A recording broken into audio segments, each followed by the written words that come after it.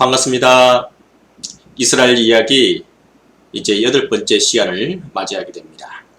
우리가 지난 시간까지 계속해서 중앙 산악 지역에 대해서 쭉 살펴보고 있었고, 특별히 중앙 산악 지역 또한 사마리아 산악 지역과 또 유다 산악 지역으로 또 사마리아 산악 지역 위쪽인 북쪽 산악 지역으로 나누어진다고 제가 설명을 드렸습니다. 오늘은 이제 유다 산악 지역에 대해서, 그리고 이 지역에 있는 대표적인 도시들에 대해서 살펴보는 시간 갖도록 하겠습니다.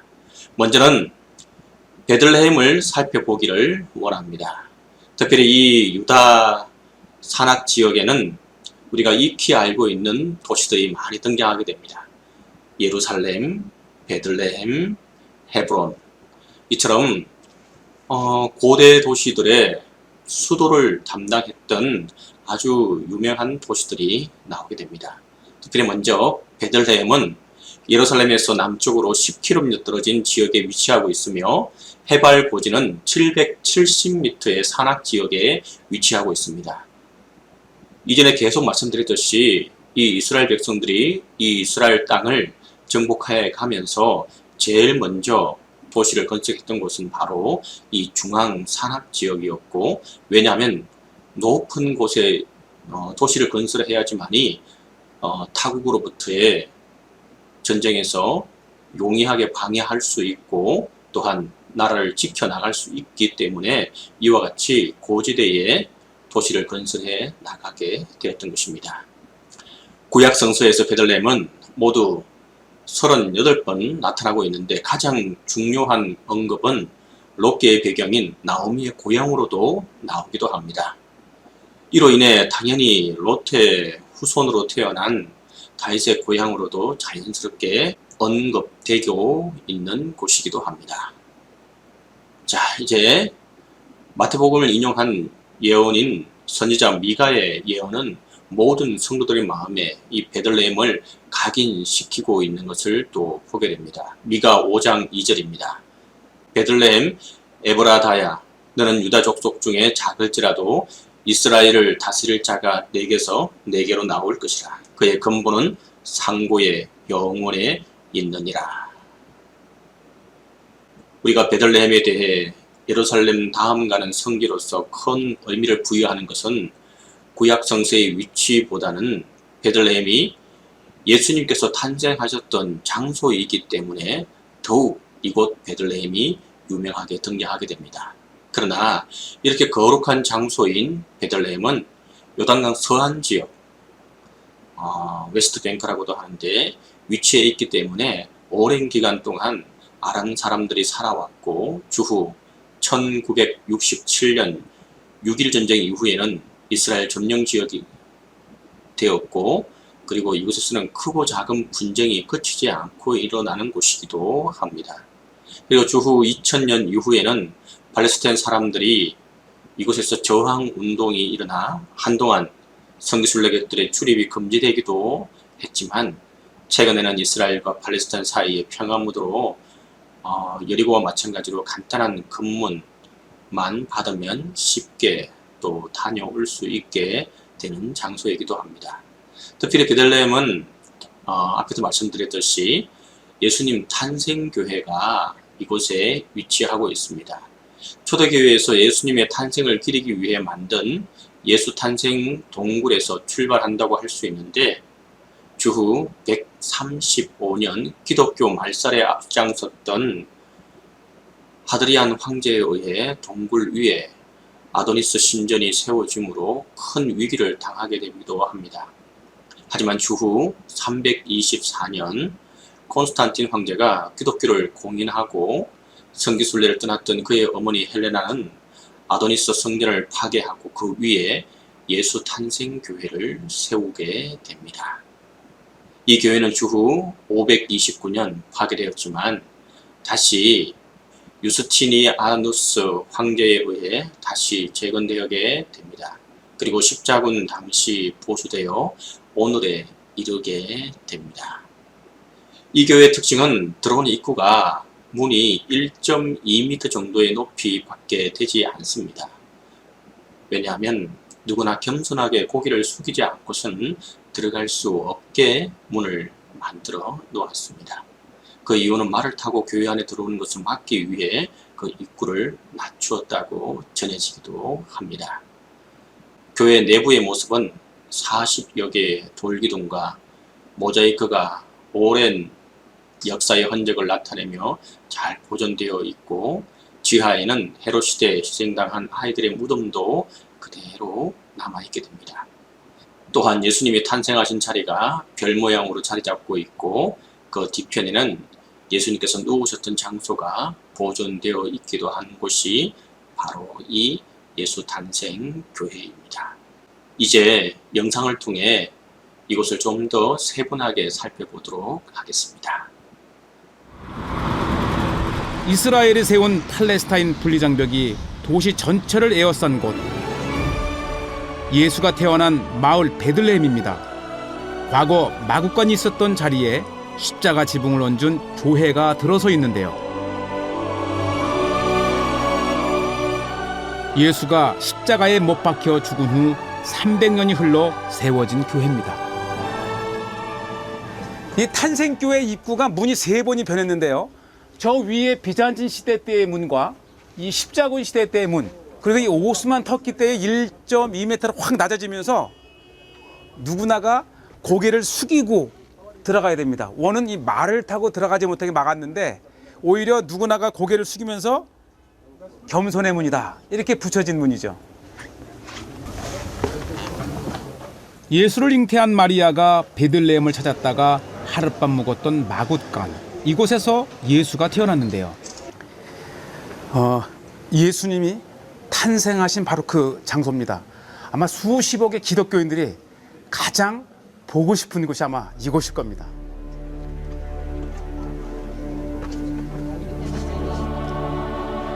(2000년) 전 말을 키우던 동굴 마굿간.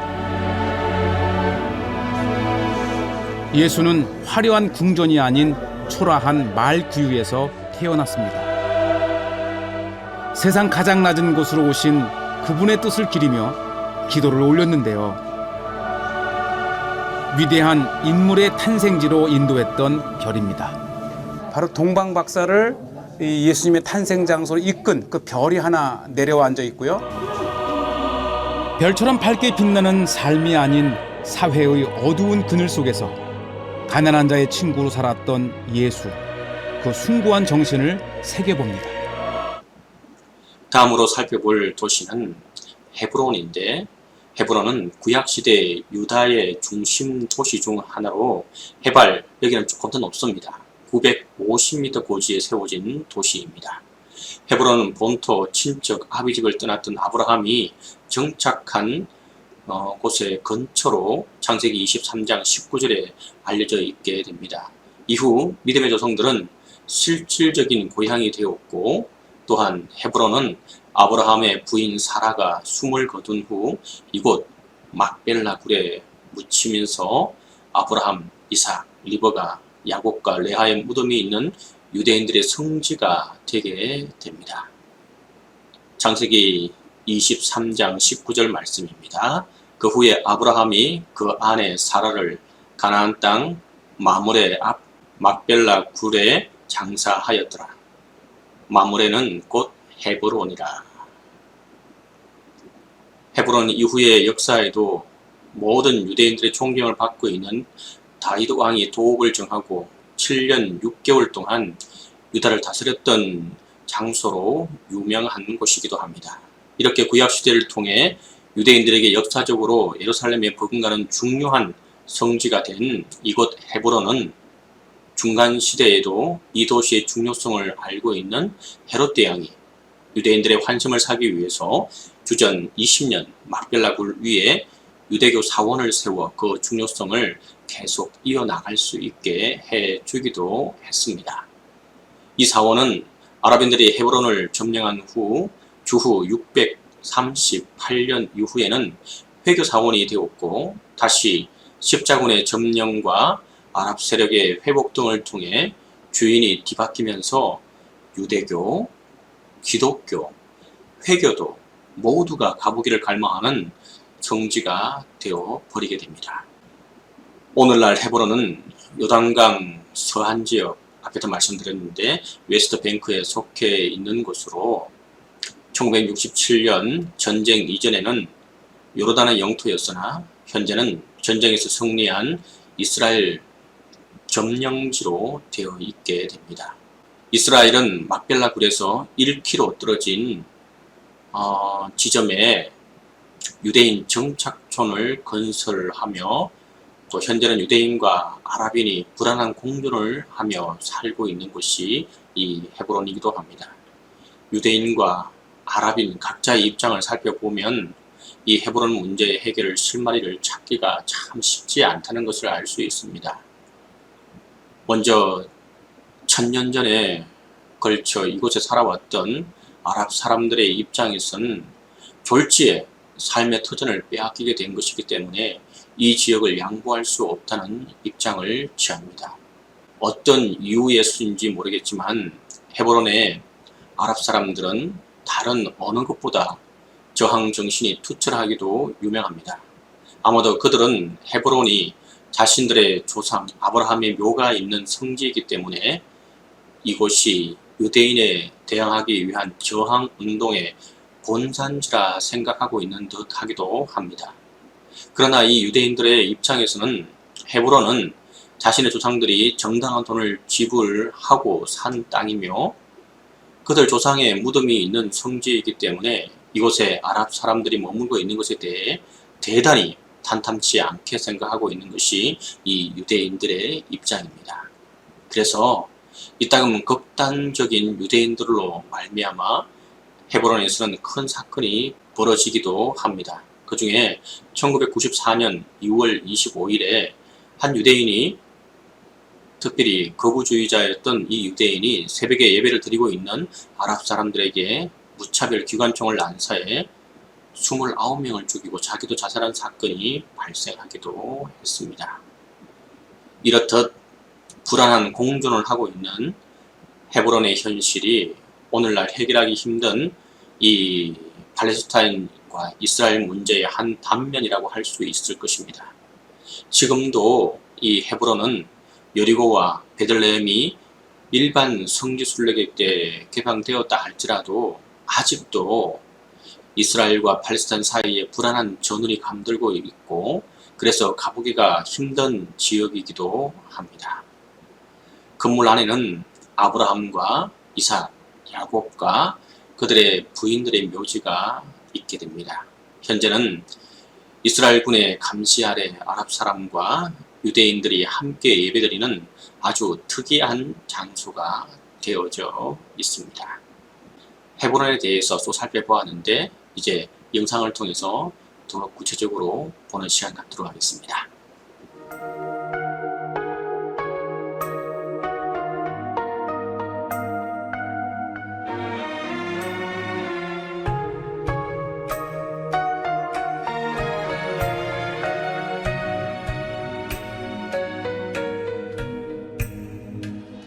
בין חדרי הלב ובין קירות הרוח ברגעי כאב וכשאוזל הכוח כמו הזמן כמו מקיר הוואי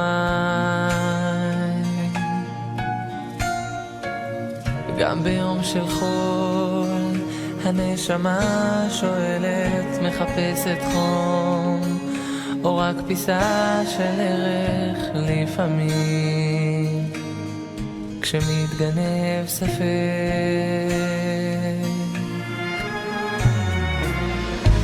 אז כשזה פתאום קורה לי אני קורא לאלוהי שאת הכל יודע לפניי שנותן לי ולוקח את ימיי בסך הכל שומר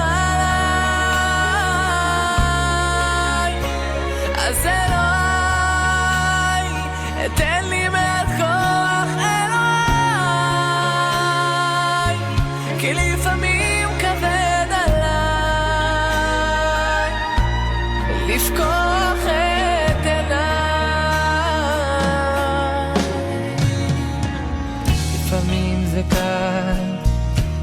להיות הכי בטוח, להבין מעט, כבר לא לראות שטוח. יש ימים אני לא רואה דבר, אז כשזה פתאום קורה לי, אני קורא לאלוהי, שאת הכל יודע לפניי, שנותן לי ולוקח את ימיי, בסך הכל שומר עליי. אז אלוהי, תן לי מעט כוח, אלוהי, כי לפעמים כבד עליי לפקוח את עיניי.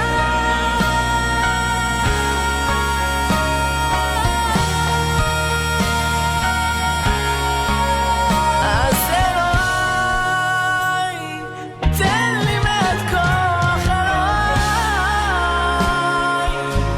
כי לפעמים כבד עליי לפקוח את עיניי.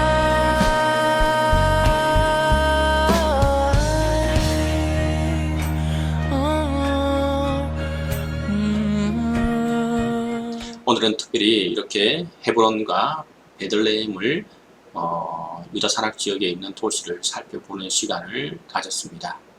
다음 시간에 계속해서 이어 나가도록 하겠습니다.